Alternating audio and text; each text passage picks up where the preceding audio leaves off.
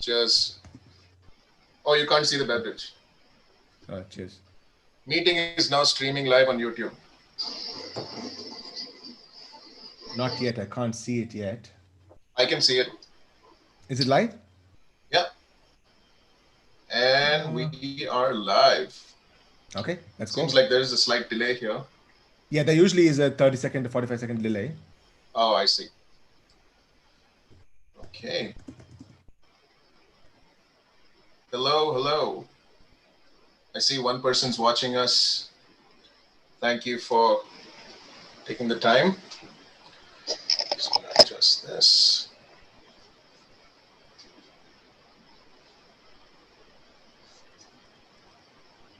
We're just trying to set up the logistics. It'll probably take us a second. Okay. For some reason, it's not live on my end. I can't see us. I can see us. On the stream? Yeah. Okay. Okay. I probably opened up another one. That's why. Oh, you opened a new stream. Okay, fine. No worries, dog. 15 subscribers live. Yeah, got it. Okay, is it live? Yes, it is. It is very much so. Okay.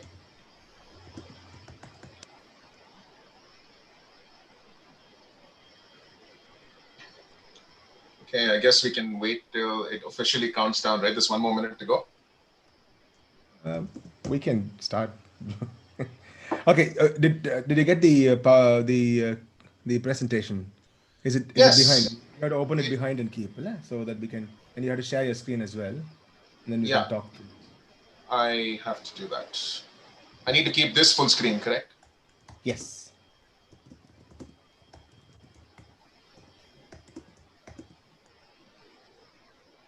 Oops, something just happened. Where did it go? Okay.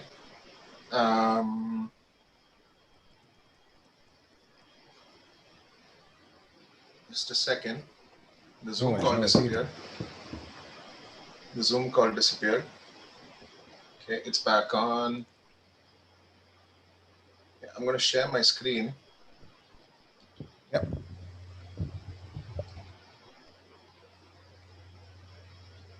Got it. Can you see it? Yes, absolutely. Okay, now if I go live. Yeah, okay. Are we live? Just two of us. Started streaming 2 minutes ago, but nobody else is live with us. So you have to tell them that because on the other stream there are 5 people live. So I'll just tell them that you have to come back to the stream. Okay, that's awesome.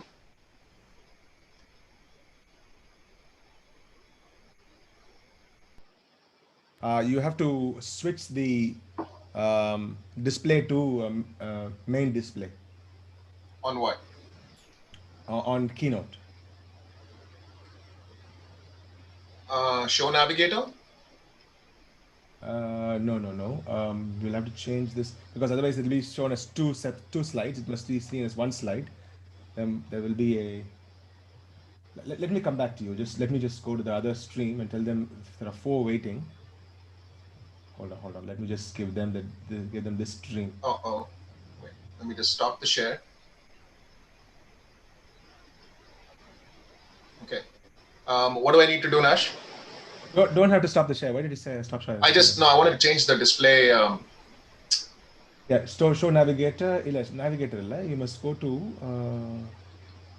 display settings.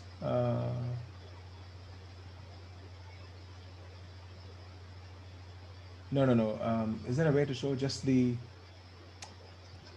inside Keynote? Go into Keynote. Yeah, I'm in Keynote. Because I have Keynote open in my. Oh, view slide only. View slide only. Yeah, view slide only. Exactly. Okay. So I'll tell these guys to come to this stream. One moment, huh?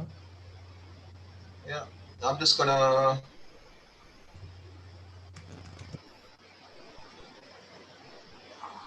I've got to close my messages, otherwise.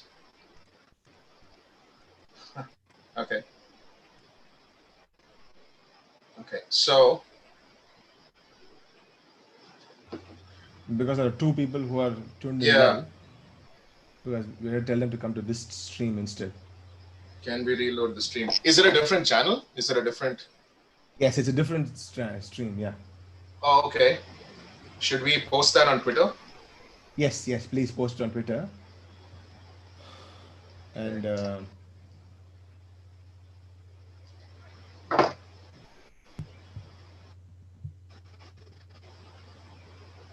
okay, we should start now.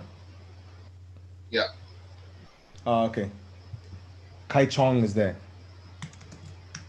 Hello, hello. 1 second. I think our channel stream changed, so I'm just posting that on Hitting it. Sure. Twitter. All right. Have posted that. Okay.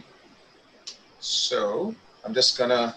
So welcome everybody. Just to begin this podcast, I'm joined by Nash from Tesla and the Gong.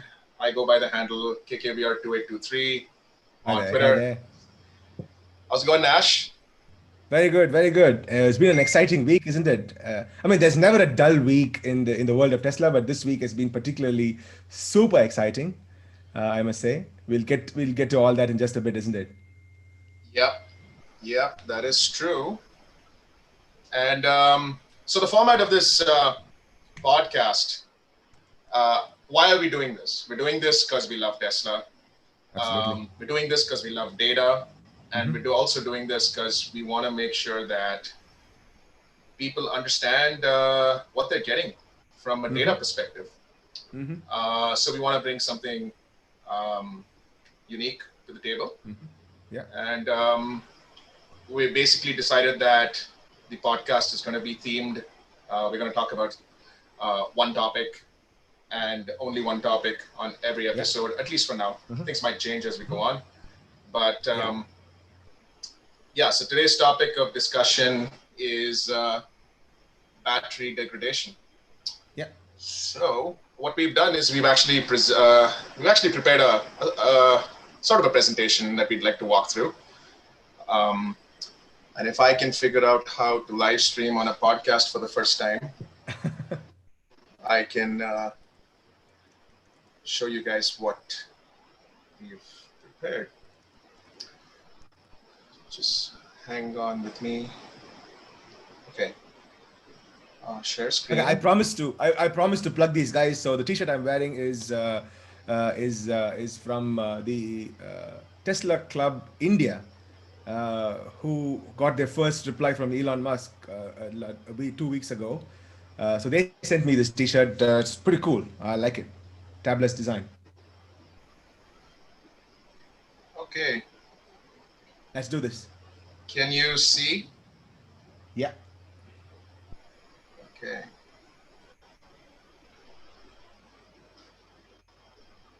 So if you can switch that on the top right corner. On the top right corner, there's a switch. There's the center one, the one in the middle. Yes. No, yeah, that one.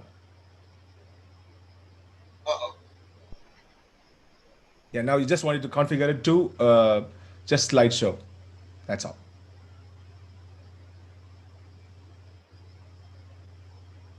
Oh, I think I put something on.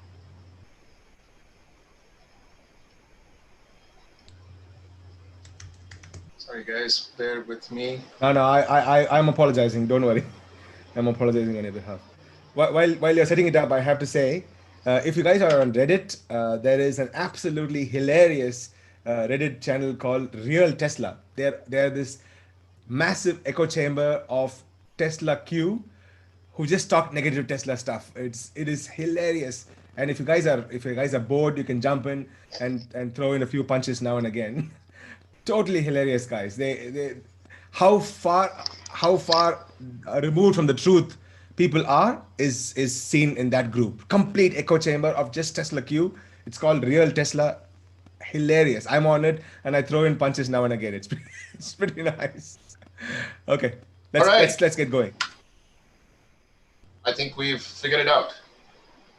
Finally, awesome. Awesome. All right. Thank you, everyone, for joining in. I really appreciate you taking the time. And we've got some interesting data to share with you. All right. So Okay, I'll let's let start with Nash the begin. Tesla news. Yeah. Yeah. Yeah. Very quickly, we'll just keep it as brief as possible. Everybody has been following this. All this happened in the last week and a half. Ever since we had the concept of doing this podcast, all this happened. First up is the Model 3 refresh. If you go on to the next slide, you will see that now the Model 3 has a power trunk or power boot or power tailgate, as we call it. And the most important thing is the difference between the existing 2020 Model 3 and the 2021 Model 3. So if you go to the next slide, you will see that. So this is the 2020 Model 3 on the right and the 2021 Model 3 is on the left. So no more trapdoor design. Then this cabin noise is now reduced because of the double panels and the octa valve is in. No piano black and it's all matte finish. The whole Twitterverse is so divided on all these refreshes, but it's pretty cool that we're having these refreshes. So that is no more piano black, no more trapdoor design. Cabin noise is reduced. That's a massive feature, and the octa valve pump is a massive feature. And I'm going to sort of segue into this octa valve because this octa valve is very important to what we're talking today. Please go to the next one, mate. And to actually add, shout out to Drive Tesla CA. He had an article on Twitter recently. The Model Y is now coming with the cabin noise reduction as well. Even better. The double pane glass. So they're moving fast. That's awesome. Yeah, they're moving fast. All right. Okay, next up, battery day. This was a massive day. It was not in the last 2 weeks, but slightly older. There was so much in it. So we're going to try and compress it into just 2 slides. This was the take-home message, the tabless design, and I had this word which is stuck in my head, which is the shingled shingled spiral design. I hope they trademark that name. It's pretty awesome, that name. So because it's tabless, they can produce these batteries much faster as well. So that's really cool. If you go on to the next slide, this slide was quite important in a nutshell, because they're not going to have one cathode. They're going to have a multiple cathode approach. So one with just iron, one with one with nickel and manganese. The other one is this high intensity nickel, depending on what the cars are. And if you go to the next slide, this slide is the unveiled product. Was really cool. Anyway, so all of these design changes have reduced the cost per kilowatt hour by 56%. That's more than half. This is fantastic. An amazing piece of news. That's absolutely amazing, to be honest. And when they announced Battery Day, I must say I thought Battery Day will be one magic battery that they will show. They will just pick it up and they will show one magic battery. I have my batteries here. My 4680 battery is not come yet. This is a 2170 battery. This is the 18650 or the 18. This is the 18650 battery. You can see the difference in the way they look. They've dropped the name. It's become 1865. There's no 650. And if you see, the 4680 battery will be massive. It'll be a fat cell. It'll be a massive little battery. So I'm really looking forward to that. I thought they'll show just one battery and say, oh, this is the magic battery. But when they went through the processes, it shows how much Tesla has meticulously gone through every single step, shaved off a few, 14%, then 18%, 5%, 7%. They've shaved off a few percentages in the whole process line, and they've brought up this 56%. I am impressed because right from the beginning, Elon Musk has always said, if the cost per kilowatt hour is less than $100, it's game over for ICE vehicles. And I'm really hoping that they have reached that number. And the next slide is quite interesting too.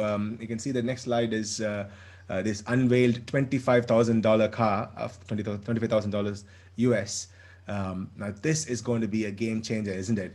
Elon has talked about it in the past. He has tweeted about it in the past. He said, we do not know how to make a $25,000 car. And now it looks like they have finally in the precipice of reaching there. I'm really impressed. I think that's going to be an absolute. I think that's going to be an absolute game changer. That $25,000 car. Yes, it'll be a kicker. That car will be a kicker. I'm sure. I think it's going to really accelerate the mission to put asses in seats. I think. Yes, exactly. As we call here in Australia, we say bums on seats. More bums on seats converts more people to an electric vehicle, and there is lesser ICE cars on the road. It's Absolutely. win every single step of the way. It's win. If you put bums on seats, they're going to love the car, and it is a better car to buy. And I will tell you a quick anecdote of why I got into EVs in the first place. My daughter is a childhood asthmatic, and she has been suffering for ages, and we used to have nightmares when she has an upper respiratory tract infection, because it'll go into the lower respiratory tract and she'll go into wheezing and stuff like that. One pediatrician, she recommended, why don't you think of the fuel fumes as a possible cause, because we couldn't find a cause. We couldn't find the it's called atopy, ATPOY, the factor which triggers the asthmatic attacks. So we couldn't figure it out, and she suggested that, and so we thought, okay, let's try an EV. And within 6 months of buying the first EV, we changed the other second car as well, and we got two EVs in the house. We do not have a nice car. So this $25,000 car will do that, will be that magic number car, particularly if you take into consideration the running cost, the servicing cost, the whole works. It's going to be amazing. Yeah, I can't agree with you more. It's gonna enter that entry level Toyota Yeah, Camry, Honda yeah, Civic Accord range of yeah, affordability, and I yeah. think that's gonna really accelerate the mission, if anything. All right. Yeah, they've already eating everybody else's lunch in the luxury car market segment. Now they're going to start with this as well.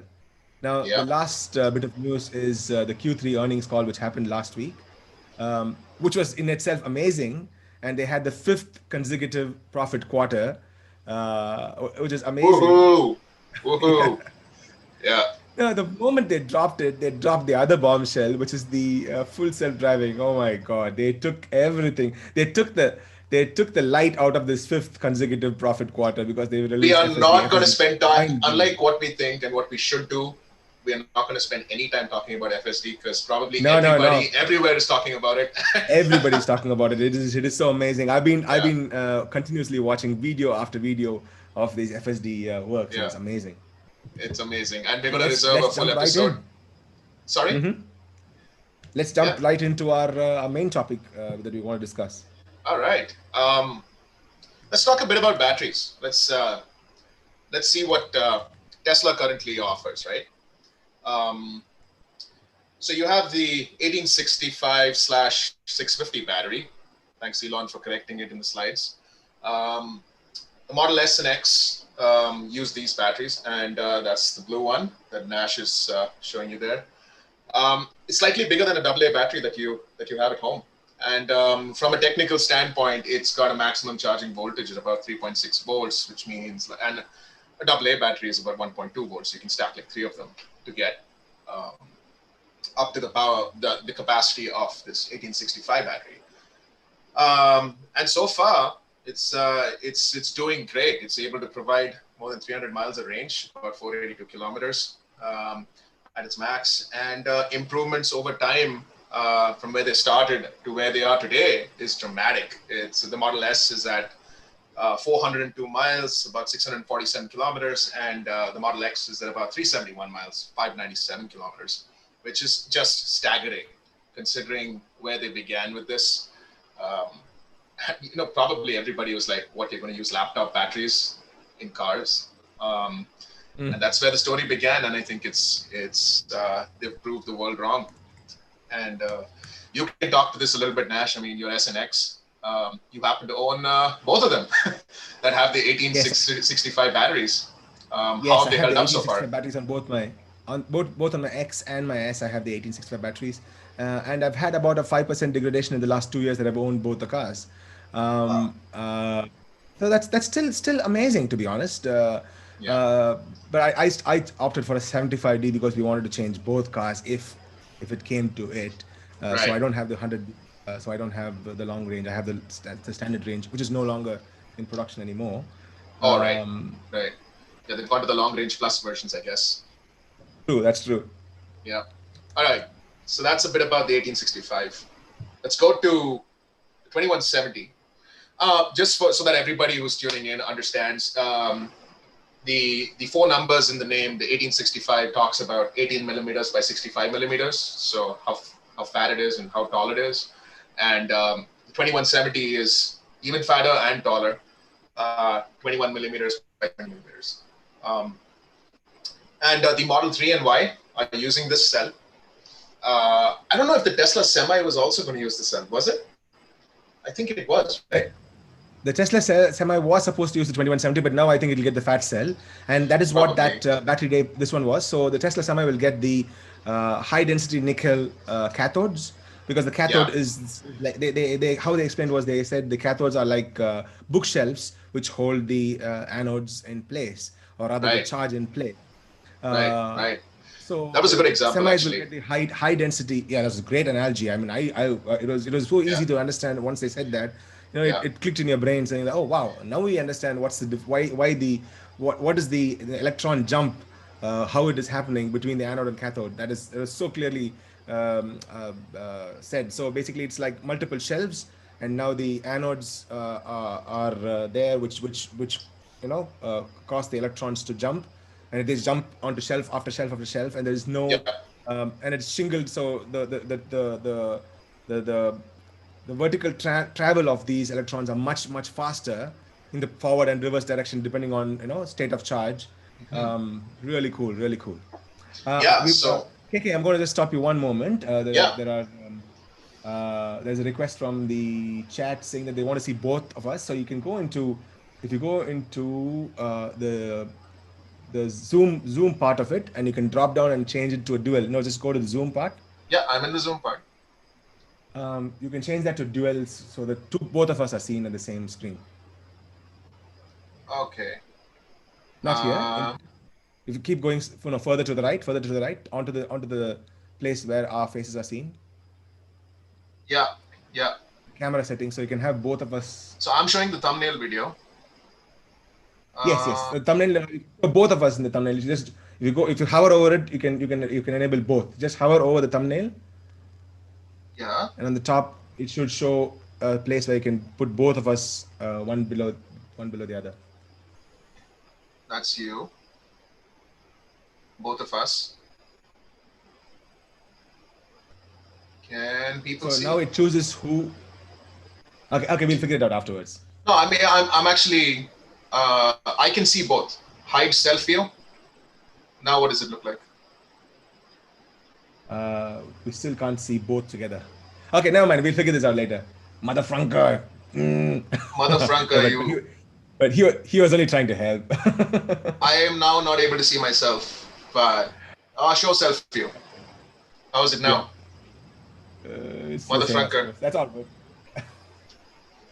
Honorary mention to Mother Franca. Thanks, buddy.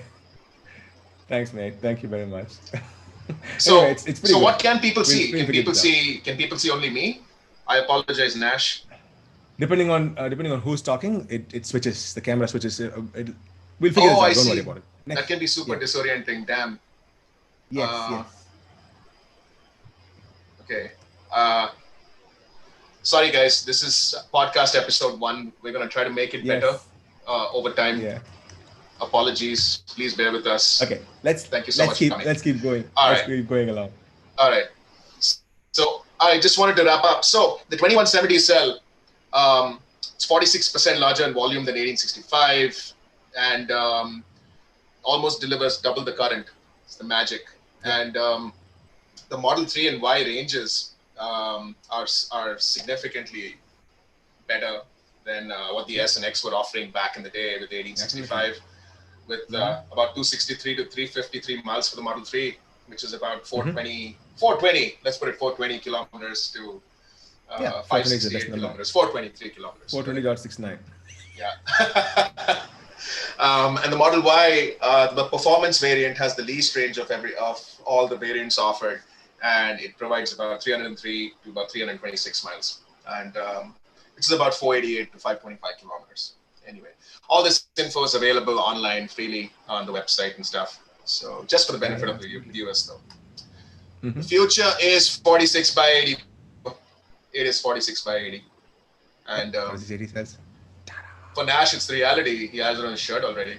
Thanks, Tesla Club India. Appreciate it. Oh, yes. Yeah. I have a 3D printed version as well, and still not arrived. Next podcast, I'll show it to you. The size difference is massive. It is so large compared to the 2170. This is 2170. That one is that. Nice. I'm just getting it 3D printed. It's not come yet. Sweet. Still getting done. Awesome. So just as a quick primer for how do people charge Teslas, right? Two primary methods. Um, you have AC and you have DC. Mm-hmm. So AC, basically it's plugged into a 110 or a 240. The whole concept is a concept of power electronics where you have a rectifier that converts AC into DC. I'm not going to go into the specifics of rectification, but you can always check it out. It's a pretty cool process if you understand electronics, and even if you don't, it's good to know. And from my experience, having owned a Model 3 SR Plus and now a Model Y, we've traded an RSR Plus for the Model Y. I used to get about 7 kilometers an hour on 110.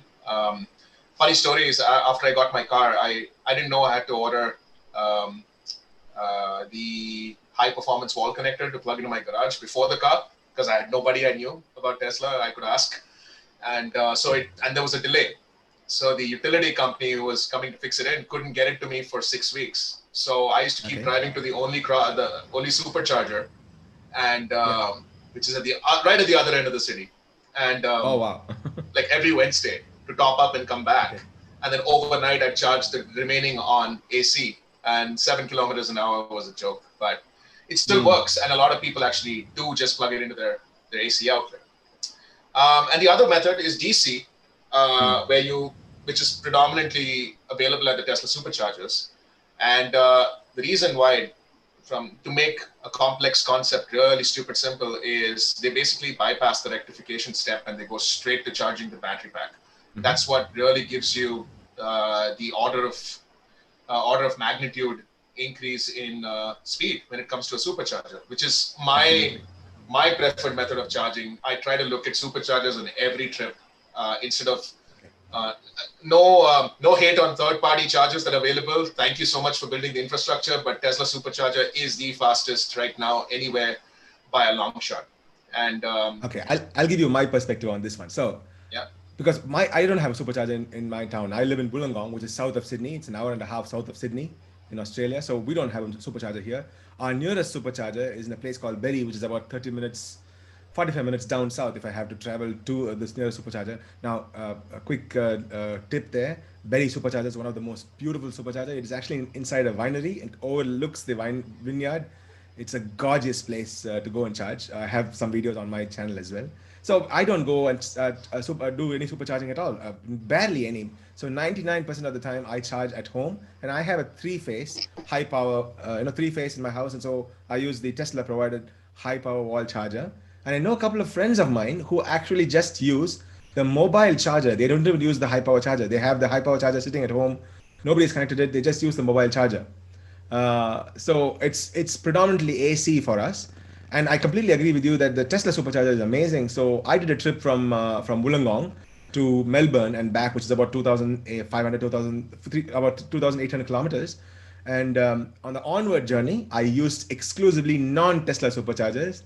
And on the return journey, I used exclusively only Tesla superchargers.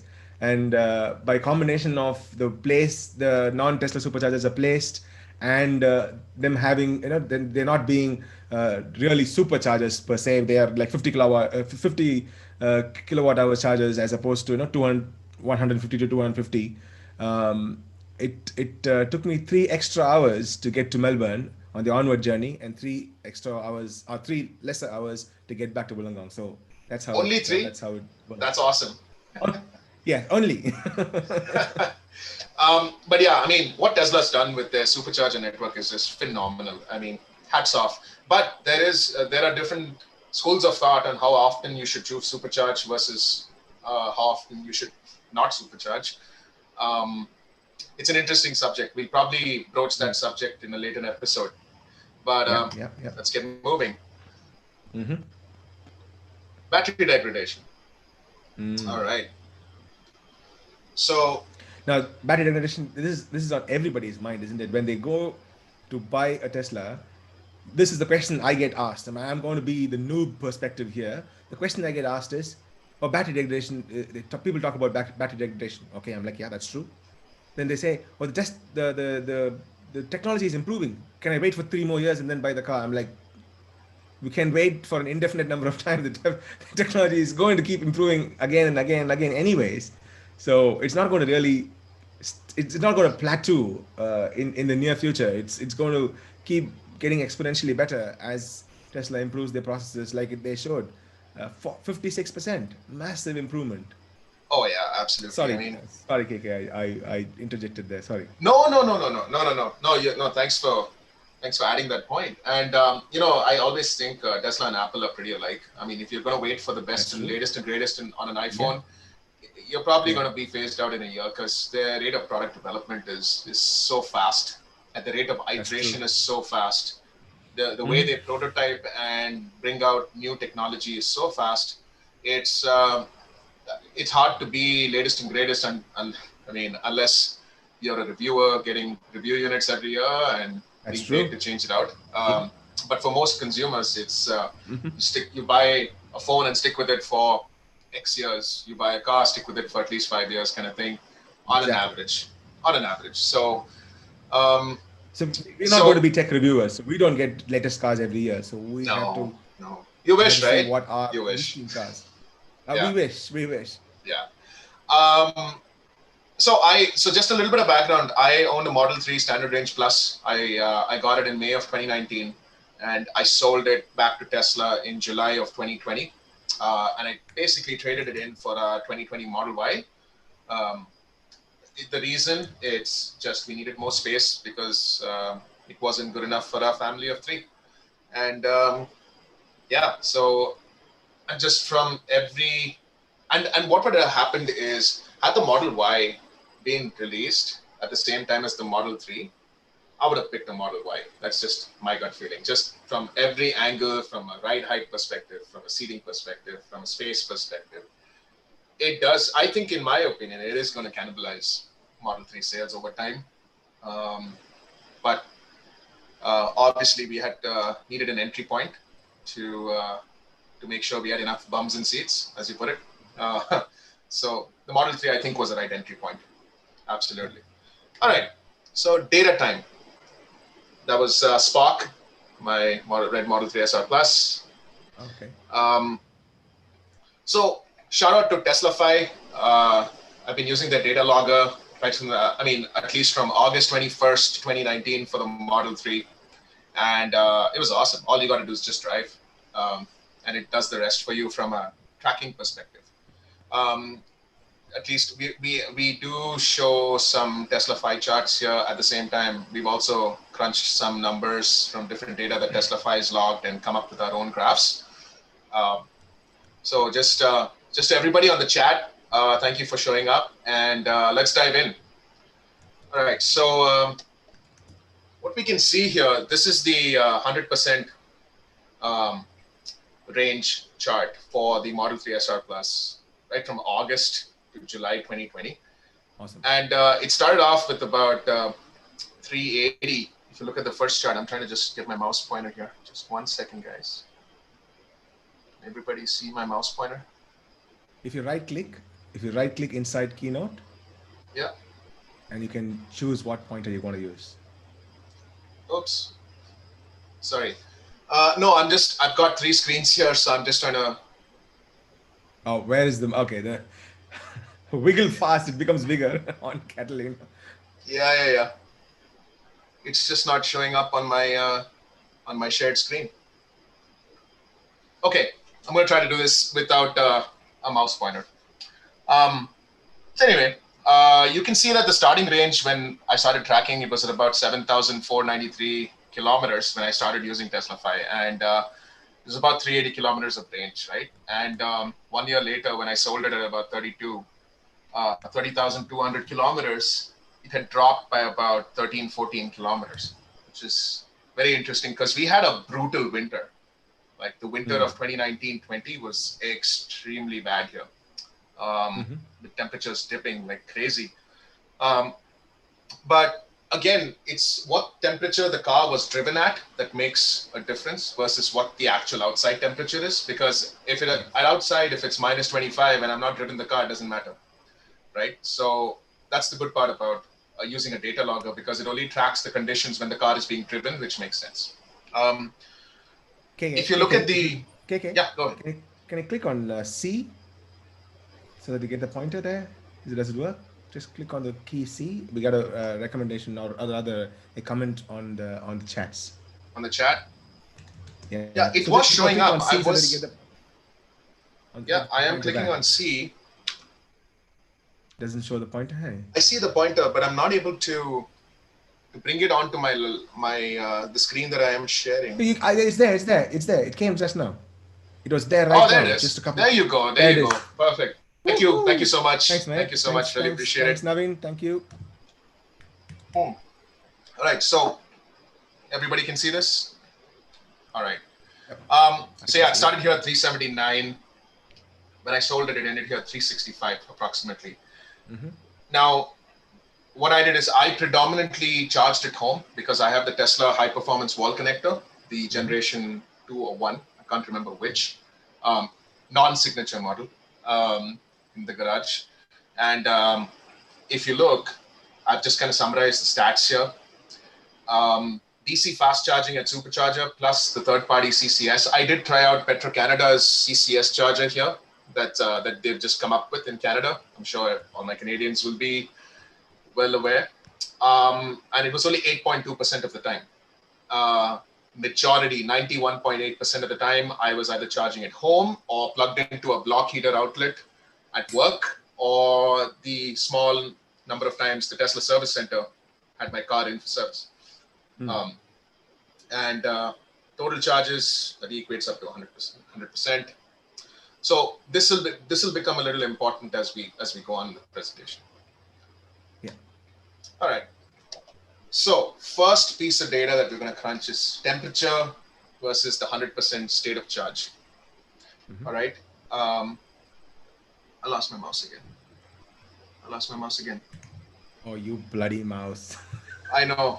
I'm so sorry, guys. This is going to become better over time. I promise. Okay. It's there. I saw the mouse just now. Just wriggle it on. It's right there. Okay. Left.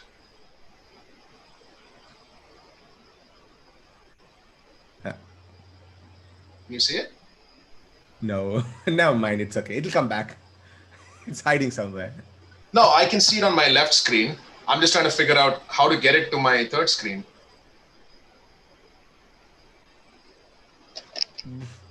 Okay. I'm so sorry, guys. Okay, we're going to do this. Becomes impatient and log out.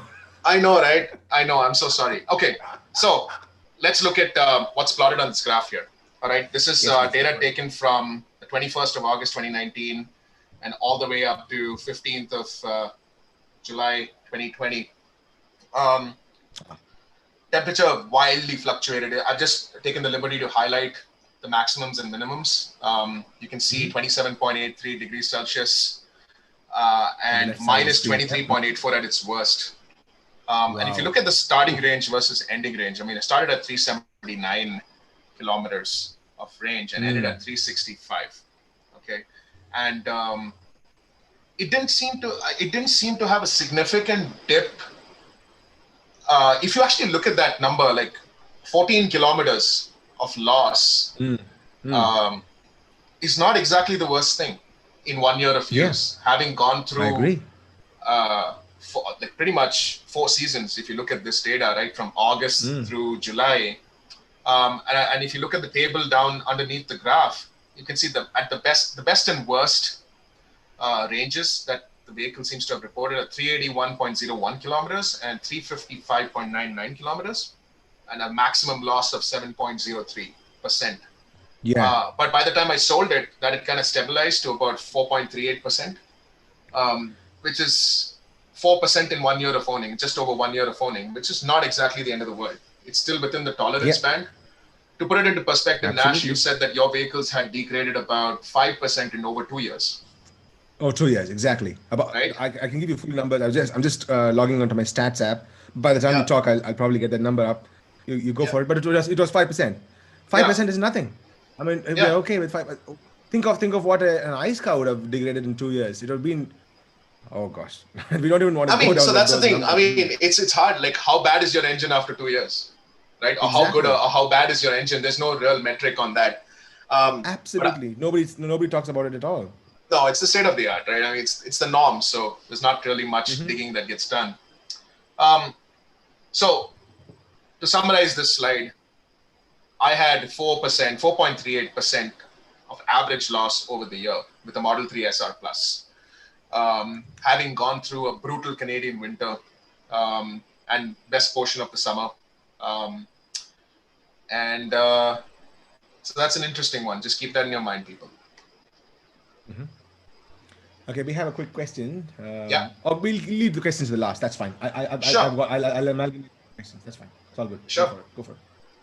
All right, let's kind of break it down. So what I've done here is I've basically broken it down into 3 months as best I can, um, 3 month sections.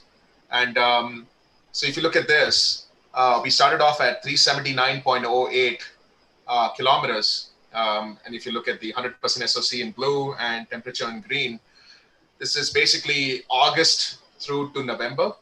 So we're just talking about peak summer to the fall transition to winter. Max temperature of 27.83 on the left and 8.5 on the right. We did have a couple of dips to minus 15 and between 0 and minus 15 as we progressed into November. And if you actually noticed, over time, I only lost about 8 kilometers of range, which is not really much. But again, things get interesting if you look into the winter. And here we have a minimum temperature of 7.18. I'm sorry, a maximum, a starting temperature of 7.18 and an ending temperature of 3 degrees Celsius. What was interesting for me when I was compiling this is I saw the starting and ending ranges, 371.17 and 371.99. It didn't really degrade at all over the winter, which was interesting. Now, bear in mind, we're talking 379.08 when we started to 371.99 at the end of the winter. So the highest degradation or loss of range happened during the summer, fall, winter transition period. That's I would have never have guessed that. I It's would have very always thought the interesting. winter would have been the worst one. Wow. You would think, right? No, It's a no, very no. This is interesting. important to note, isn't it? If you Yeah. just if you think about this, this is Model 3. It does not have the octa valve. It has the older what is it called? Heat pump. Or what is it? Resistive I heating. forgot what. Resistive heating. Yeah, resistive Mechanism. heating mechanism, and it's amazing that in winter it still only has a negligible fall, but the worst happened in summer. Interesting, very interesting. It held Okay. its own. It held its own during the Yeah. winter, which was remarkable. And now, this is the rear-wheel drive Model 3, single motor. This is not the dual motor. Um, all right, now let's look at. So this is November 22nd to Jan 21st. So this is mid-peak winter kind of situation, right? Almost had no range loss. Now, Jan 22nd to March 24th. Now we're talking range loss. Okay.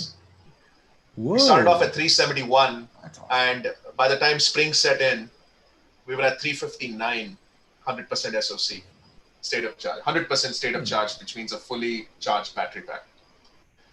Wow. And that being said, February was an absolute brutal month here in Calgary. We had, I think, the coldest, if I'm not mistaken, the coldest February in a long time. Far out, okay. Yeah, so you can look at so from this graph, what you can see in the orange, the orange dips, you can see that I wasn't really driving out when it was really brutally cold. I was driving out when it was between anywhere from -5 to -10 degrees Celsius. I did have significant rain loss. You're talking about 15, 16 kilometers of range loss during the winter months. Now, if you look at the starting and ending temperatures of 4.9 and 5.91, that's because we started the data probably was collected on a day when we had a Chinook, which is unique to the city of Calgary. Being at the base of the Rocky Mountains, we get these wild swings in temperature, and that's that data point. That's a unique thing that this city is exposed to as well in Canada. Brilliant. We have, yeah, so temperatures can go up to like 25 degrees overnight with being -10, you can go straight to +10, +15, and then it'll dip back to -10. So usually people dread it because all the frozen stuff will melt and then refreeze. So, all right. So let's look at. That's amazing. Wow. Yeah, March to July. I'm just going to go back. I started off at the end of March in 359.11 kilometers. And by the time July came, I'd kind of gone back to 365. That is something which I wanted to point out as well. So it sort of stabilizes, isn't it? And next time what we have to do is, this is note to self. We'll have to go and see if there was a software update in that time between that March and June. If there was a software update at all, we'll have to go back and look at the data there and see if there was a software update, because people complain, oh, software update came and my range has gone down. But what people don't tell Tesla is, software update came and then my range went up. Nobody says that. Nobody. It's only the negative news that's picked up by everybody, and then it's flagged off. But here we clearly see that the range has improved between those 3 months. Range has kind of stabilized and gone back to being better than what it was. Yeah. I think I did. Yes, I did. I did put together software. Sweet ass. Awesome. So what I don't know though is when these updates happened. I mean, I'm thinking I'll have to look back at that history, but note to self, like you said, right? Note to self. We'll do that next time. But you can see the spikes. The spikes, yes. Yeah. Yeah, and I should probably kind of figure out what the spikes values are, but you can see that it's 364. Yeah, we can see it. The first spike is 381 that you pointed out. The second spike should be about 375, 374. The other one is 373, the other spike. And then it ended up at 364, which is the normal course of what the battery degradation will be. If you plot it against the rest of the fleet, I'm sure it is within the two standard deviations. For sure. Yes, within the 2 standard deviations. It'll be you can actually plot that to a Gaussian curve. I'm pretty sure it is. It'll lie within the bell. Yeah. I'm pretty sure. I mean, just from a global perspective, we're talking 380 to 365, 360. We're talking 20 kilometers. So that's the band. We have to just make a small little comment that unfortunately we talk in kilometers. We don't talk in miles. So sorry about that. We don't know what miles are. For us, miles is. Yes, exactly. For us, miles is a poem. Miles to go before we sleep. That's all. We don't know miles. Yeah. Sorry, guys. You know what? I'm going to pause right here, and I'm going to, just for the sake of the person who asked that question, I do apologize. From the next time onwards, we'll make sure that we've basically converted everything, both imperial and metric. Kilometers. I'm just going to convert 380 kilometers to miles right now. No, it's all right. Don't worry about it. 236 miles. So 380 kilometers is 236 miles, and 360 kilometers is 223 miles. So we're talking between 223 to 236 miles, which is the band of what we're discussing here. You can see the blue curve. Perfect. All right. This is awesome. This is really good. We'll have to find out what these dates were. Okay, now to Model absolutely. Y. Woohoo. Okay, Model Y. How's it doing? So, I'd like to point out that if you look at the right part of that graph, where you see that the average 100% SOC of 499, that's when I got the software update to bump my range up. So you can see the jump. So let's ignore that for a second. Let's start from the left. Okay. You can see that the basically starting temperature was 16.96 degrees Celsius. I think 2021 is about 70 Fahrenheit. So we're talking about 60 to 70 Fahrenheit to begin. And my range was about 501. Now, when I bought the Model Y, if you just think about it in terms of absolute numbers, just ignore the units for a second. It's advertised as having 509 kilometers EPA rated on the website. Sure. 509. Okay. Actual usable out of the 509 is about 501. There's Oh, that's amazing. Okay. yeah, so that's pretty cool. And it's always varied between 501 to about 495. That's the kind of band. And that's pretty significant amount of the battery pack you can actually use. All right. Um, the closest analogy I have is to a cell phone. You can't really use all the milliampere hour of your battery. You can use a certain Absolutely. percent, which is displayed to you as Yeah. 100%. Yeah. But so this was our basically summertime, right? The 22nd of July, I got delivery of my vehicle. 24th onwards, Tesla 5 was tracking it, and I got the data here. You can see almost no degradation. I've had a temperature change of 16.96 to 8.5 degrees Celsius, and it's almost not degraded at all. I mean, you're talking between 500 and 1.92 and 499.02 at the worst. Like with an 8 degrees Celsius change of temperature, it's like almost it's rocking basically. And then with the bump that we got, the increase of efficiency with the software update, I think it was 2020.40 point, what was it, 6 or 7? 7 for me. Okay. You can see that the usable battery charge, this coincided perfectly with them revamping all the statistics, the entire refresh for the Model 3 and the Y, where the Model 3 range increased, the Model Y range increased from 509 Yeah. to Yeah. 525 Yeah. kilometers. You can see Yeah. the usable is now maximum 515 kilometers, at least what I've encountered. It's gone up by about 15 kilometers, if you look. Yeah. So that's very, very interesting. Now, again, we'll come back to this topic. 499 to 515. What is the percentage of jump? That's about 16 divided by 500. We're talking 3.2% approximately. 16 divided by 500 is about 3.2% increase of range. Yeah. Okay. So I think we should come back to this topic after a year when Yes, we we have should collected look at enough how. Yeah. Model Y data. Yeah. Now, so for the Model Y, I did plot the firmware versions to the 100% state of charge. And I think I also have temperature here as well. So, so I have 501 kilometers with the base firmware that I had, usable. And you can see that the 40.7 update clearly increased my usable range. To those questioning whether it does increase your range, it clearly does. And that's indicated by 511.217 in the middle. Yeah. It To clearly people does. who do not own EVs, when has your car's range increased after you bought it? Never. That's An the ICE magic. car will never increase in range after you bought it. It'll actually go down, and then it's that curve is a steep exponential logarithmic curve. Yep, absolutely. I mean, you can't argue with that. I mean, hats No, off of course, Tesla for exactly. software updates, OTA, improving our car from the day you buy it. I mean, Yeah, this is just proof. exactly. Yep. Oh, So this chart I was really interested in when you put it up. Okay, So really it cool. was kind of because I didn't have exact data starting from the exact same months with the exact same temperatures. What I had to do is I had to put the Model 3 and Model Y ranges for the periods of temperatures that they were exposed to on the same chart.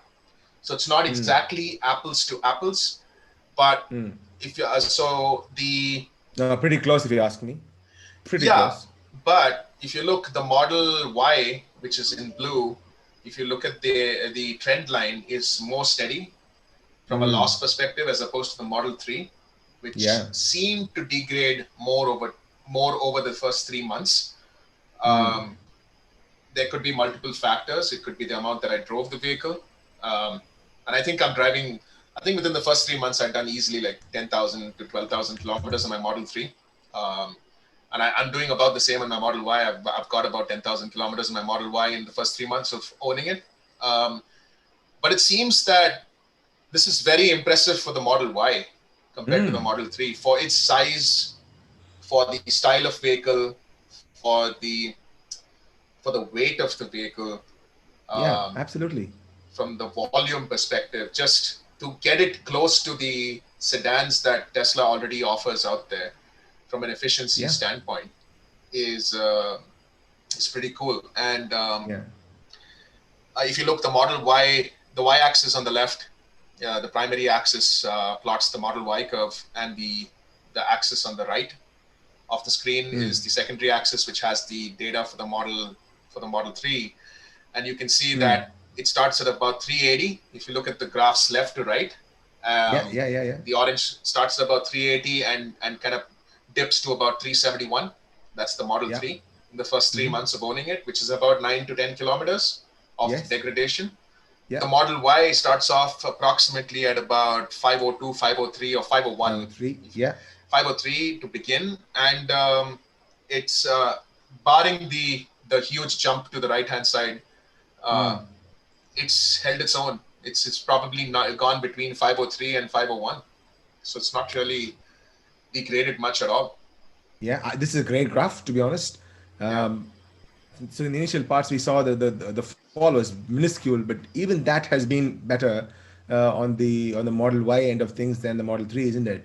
I mean, people don't understand when they say that, when Elon says, when he writes words like Tesla does not do model years, we constantly improve the cars. This is a testament to that constant improving. This is a testament, and that and I'm really happy that is ingrained into the corporate architecture. I mean, Tesla is a corporate company. They have to make money, otherwise they won't survive. They have to make money. There's no two ways about it. They're not here for charity. So let's not think that way. But even so, look at the way they keep improving it. From I mean, if we need to talk about how Tesla, Tesla's like revamped almost every aspect of buying, the process of getting to putting your ass in a seat of a vehicle, they probably revamped every aspect to it, right? From ordering the vehicle to receiving the vehicle to no negotiation of prices to no hack, like speaking to a middleman. It's phenomenal. Exactly. And nobody's upselling you anything. No. There's no upselling. I mean, it completely cuts out the salesperson. I mean, in between. So just a couple of points. Just the differences between the Model 3, just takeaways and food for thought for people, right? The Model 3 is a single motor vehicle, at least the one that I own and the data that is being displayed. And a single motor. The Model Y has a dual motor. True. Okay. The Model 3 is a more compact vehicle. The Model Y is a slightly larger vehicle. The Model 3 had a range of 386 kilometers when I bought it, as advertised. The Model Y had a range of 509 kilometers as advertised. I think if you look at the refresh slide right up at the beginning, the Model now has 423 kilometers of range, as opposed to 386. So they've managed the Model 3 has 490 kilometers of range. 490? NEDC, No. NEDC, right. NEDC versus... NEDC sucks. That's right. NEDC versus EPA. So 423 EPA for the people in North America. 423 EPA, kilometers. Kilometers, So those are the major differences. Smaller vehicle, single motor configuration, 2019 model versus slightly larger vehicle, dual motor, and with the heat pump. Octaval. Massive difference from that perspective. And I'm really excited. If you guys follow Tesla and the Gong and myself on Twitter, I'm actually conducting a series of winter tests. So make sure you follow me on Twitter and follow Tesla and the Gong on Twitter. We're always posting those stats for everybody. I have sort of breaking news for people who are watching us live. I have ordered a Model 3 SR Plus, the brand new one, the 2020 version, the 2021 version. So in 3 months after it's delivered, we'll have that data as well, and then we can go back and compare what the 2020 or also the 2019 SR Plus, and I have a 2020 SR Plus as well, which is not my own car; it is my company's car. So we can get data of that car as well. So we can compare 2019, 2020, and 2021, 3 months interval. That'll be something. That'll be awesome. That we should definitely. You heard it first here. Yes. On the pod. Yes, sir. All Yeah. right. So that kind of wraps up all the data. Um, so if people have questions, I'm going to read one question that we got.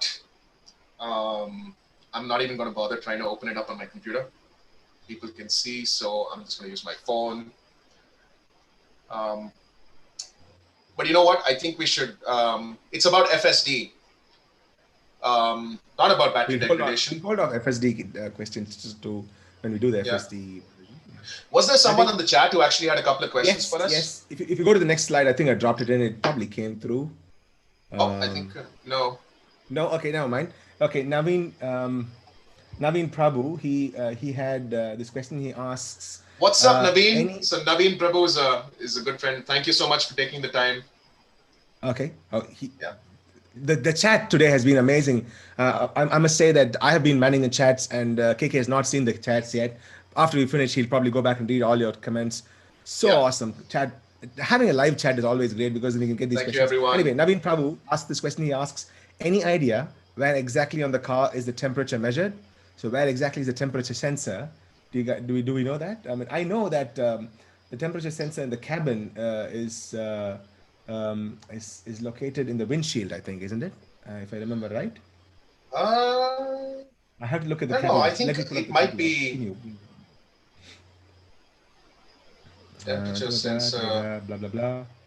I've just pulled up the owner manual. Just give me one moment. I'm so sorry.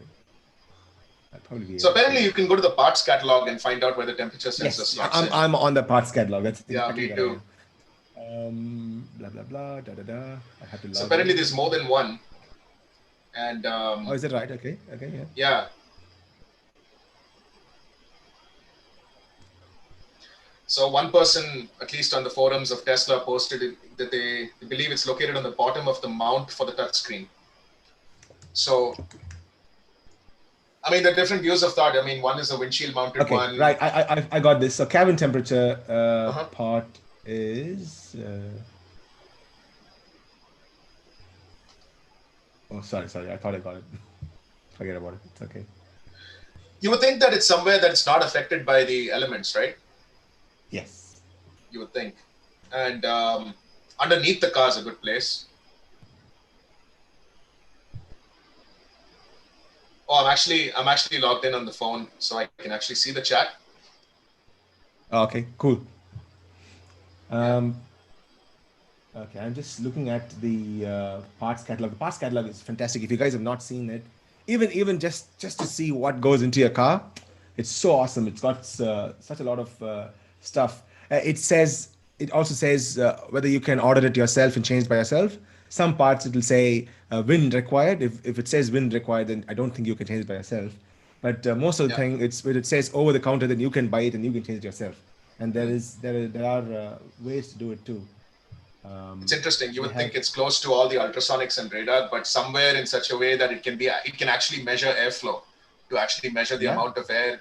I mean, the temperature of the air coming in, I guess. I have noticed. So funny that you asked me that question. I did notice today. I posted on Twitter about the winter range test. I mean, sorry, the winter temperature heat up test of the HVAC. Um, I have some interesting findings that I'll be posting on Twitter, guys. So please follow Yeah, my and that'll be on the channel. next. We'll have it on the next pod as well. We'll put Yep, that in the next pod. yep.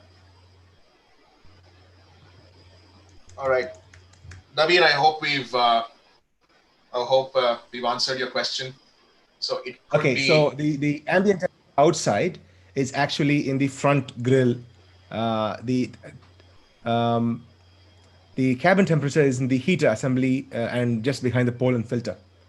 So the Hmm. ambient temperature outside is in the front grill, and the cabin temperature is in the heater assembly, and just behind the pole and filter. You can actually see the picture on the chart. Next time we'll find out a way to actually show that to you guys live. We're still still working out We're this. still working on it. Still Sorry, working I'm a out. total. I mean, this is totally the first time we're trying to do this. So yeah, apologies. So Uh, that is interesting, isn't it? I mean, yeah. I've never thought about it. It's a great question, Naveen. Because if the front temperature is in the front grill, then in a place like Wollongong, where we have extremely windy weather here, particularly in my estate that where I live in. It's extremely windy. So if there is a if the wind is blowing from front, so if we had a forward draft, then that will probably affect the temperature more, because that temperature will be lower than the actual ambient temperature around you. It's Interesting. interesting. It's an interesting. I guess they've obviously. It's Interesting thought. obviously. It's obviously a well-studied subject and a sorted-out science. I mean, because I've never seen my temperature fluctuate. But I do notice that it takes a while for it to actually accurately reflect exterior temperature. Like usually, I'm parked in my garage, and um, No, when you're parked, it's okay, but when you're driving, that will yeah, it change does. because So in my garage, it'll usually show 12 degrees Celsius, and then but I'm okay, already on the highway. It's been about 6 to 7 minutes into my drive when it actually starts showing as low as -5, -6, and things like that. So it does take some time. So you would think that it's actually on the interior of the vehicle for it to accurately start measuring and displaying temperature. Naveen also says, Naveen has a follow-up question as well. So that is an yeah, interesting question. I don't know this answer. yeah, I think the battery pack temperatures are broadcast on the CAN bus. So um, Oh, okay. So if you have the OBS OBD tool, yeah, port, if you have an OBD tool that you can OBD2 plug in, port. yeah, and the Okay. OBD2 port on a Tesla is in the back and the bottom end of the Yes, vents for the back seat, passenger seat and the passenger passenger seat. seat Yeah, vent. yeah, You just have to pull it out yeah. and just plug in. And Pull it if you up. plug in your, Very easy to access. Yeah, very easy yeah, to access, because I tried to connect an what is it called, heads up display. It didn't work very well. It is a very cheap right, model, right, but I right. used that port. I used Bjorn Nolan's video to find out how to get access to it. Very detailed. Shout out to Bjorn Very- Nyland. I hope we pronounced the name Nyland, yeah, correctly. sorry. Um, Fantastic He's channel. awesome. Yeah, He's and awesome, and I he think does a there are lot of also live. apps. Yeah, Yes, he does a lot of live stuff. So if you're bored, if you're late night, you can't sleep, you just jump onto his live. He has such wealth of information, and if it is a free time, you can actually ask him questions live, and he answers live. It's really good. yeah, and I think he uses He was the an first one. app. Yeah, yeah, he was Yeah, the first one. Three people I watched when I bought my Model X was Bjorn Nyland, then like Tesla Kim. Okay, she doesn't do Tesla videos anymore. And then third one was Ben Sullins. All three of them, and then I bought my Model X. awesome, Such wealth of awesome. information. Yeah. Yeah, I So think we're Bjorn we're just Nyland. paying it forward now. That's all. We're just paying it forward. Oh yeah, These guys are guru. Yeah. yeah, absolutely. I mean, I think Bjorn Nyland he uses an OBD plugin tool Yes. dongle kind of thing that actually streams Phone. data to him on via Bluetooth His on phone. an Yeah. Android app, I Live. think, Yeah. that he Yeah. projects On live. live. So Naveen, to your question, yes, the temperatures of the battery pack, nominal versus rated and stuff, they're broadcasted on the CAN bus inside the vehicle. Beautiful. So you can extract them from there. Um, and I think they're also broadcast on TeslaFi. I really haven't. If I actually get the raw API data Really? Okay. that is collected, Well, it's I hard think check. the nominal I didn't know voltage that. is present. That would be a good. No, temperature, Uh, does it show as well? I I don't think know. so. I think so. I'm not really sure, or it may show voltage if I'm not mistaken. I think Oh, the nominal mine is voltage. logged out anyway. Oh, Doesn't okay. matter. Yeah. Sorry. Okay. Motherfucker does rolling downhill count. Nicola. Nicola. um, are there any other questions that we did not get to? I think that's about all. We should wrap this up, isn't it? We'll Yeah, try and keep to time as well. We want to be mindful of everybody's time. They're taking time out to absolutely, come and watch. absolutely. Yeah. This is our first So kind of episode. you. We were planning about 30 minutes, but I think we spent like 30 minutes trying to figure out how to get it going. We'll do better next time. We'll try to keep it within the 30 Fingers to crossed. 40-minute window. Yeah. But I think that's a wrap. We don't know. We will ask this question to the chat as well, and we'll Yeah, probably add this on Twitter as well. So do you guys want us to do this every week or every fortnight? What are your thoughts on this? yeah, Is absolutely. this time And a good time? I mean, we love to do it. We like doing it, yeah, but what does the chat think? Leave your thoughts in the comments, and we'll take it from there. yeah, absolutely. Let us know if this Yeah, and we hope to have more guests on the show over time to have a wider perspective on a variety Yeah. of topics. With Tesla, there's always something to talk about. So we'll try Different to countries. Yeah. absolutely we'll try to keep Yeah. it going and try to make it as global as possible and try to get Yeah. everybody's viewpoint. And we'll also try to. I mean, there's a lot of fantastic YouTube creators out there. Hats off to them. Um, Yeah. Thank you for doing Absolutely. what you do, and we'll try to keep it as unique as possible so that we can bring a data-driven perspective to everybody who tunes in. Um, Anyways, that's us signing off. Thank you so much for joining. Thanks for taking the time. And yes, please do get back to Tesla and the Gong's questions about when you'd like to see us. Would you like to see us every Yeah. week? Would you like to see us every fortnight or 15 days? Is this time okay for everybody? Um, Yeah. what did you like about the content of the show? Please give us feedback on Twitter. Yeah. You Yeah. can tweet me with the hashtag ByteofWhy at KKVR2823 or Tesla and the Gong Tesla at Gong. Tesla Gong. Tesla Gong on Yep. Twitter. Yeah. Be brutal so that we can improve as well. Yeah. Be Just go. honest, please, about your Yeah. comments. A lot of you might know us personally or not know us personally, but as a podcast together, we want to improve. We want to do better every single time we have an episode. Absolutely. So 100%. thank you so much. Take care. Have a good rest of the evening. Have a great weekend, everybody. Signing Have a out. great weekend, everybody. Bye bye. See ya. Now I have to figure out how to stop sharing. Yes. Oh no.